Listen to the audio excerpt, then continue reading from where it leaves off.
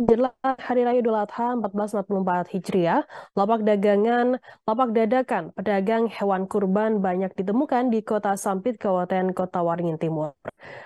Momentum ini dimanfaatkan para pedagang untuk meraup keuntungan yang lebih banyak dibandingkan hari biasa. Seperti yang dilakukan oleh Mas Rani, seorang pedagang sapi yang membuka lapak di Jalan HM Arsyad kilometer 2,5 Sampit. Pria asli Kotim ini mengaku setiap tahun menyediakan sapi untuk keperluan. Informasi lebih lengkapnya akan disampaikan oleh rekan jurnalis kami dari Tribun Kalteng. Ada Devita yang akan melaporkannya. Silakan rekan Devita.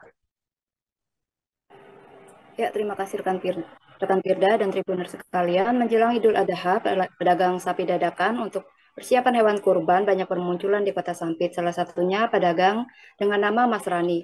Pria asli Kotim ini mengaku setiap tahun menyediakan sapi untuk keperluan kurban karena menurutnya bisnis ini cukup menjanjikan, apalagi minat masyarakat yang mayoritas umat Muslim untuk melaksanakan kurban pada hari raya Idul Adha cukup tinggi. Ia membuka lapak di lokasi Jalan HM Marsat kilometer 2,5 tersebut sudah sejak 1 bulan yang lalu. Dan sejak awal buka sudah banyak orang yang memesan sapi kepadanya untuk keperluan kurban. Bahkan pembelinya bukan hanya dari Kotim, tapi juga dari kabupaten tetangga. Adapun sapi-sapi yang ia jual adalah jenis sapi Bali yang didatangkan dari Sulawesi Selatan. Sejauh ini ia telah mendatangkan sekiranya 300 ekor sapi yang terbagi dalam 3 trip atau 3 kali kedatangan kapal. Sapi yang ia jual dibanderol dari harga mulai dari Rp17.500.000 hingga Rp35 juta tergantung dengan bobotnya.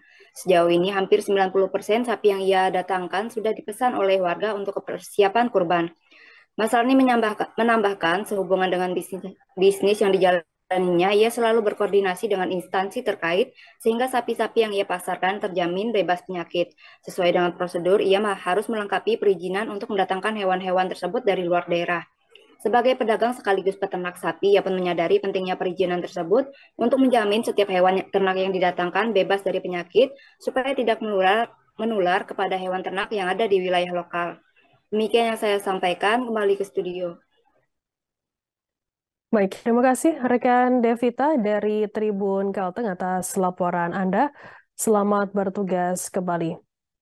Akan kami tampilkan Tribuners berikut wawancara dari pedagang sapi kurban bernama Mas Rani. Berikut liputannya untuk Anda.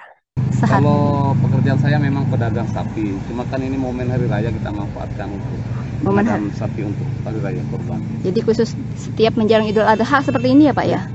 Oh ya. Pak, kalau sapi-sapi ini sendiri didatangkan dari mana nih Pak? Ini dari Sulawesi Selatan. Dari Sulawesi Selatan. Berapa banyak nih Pak?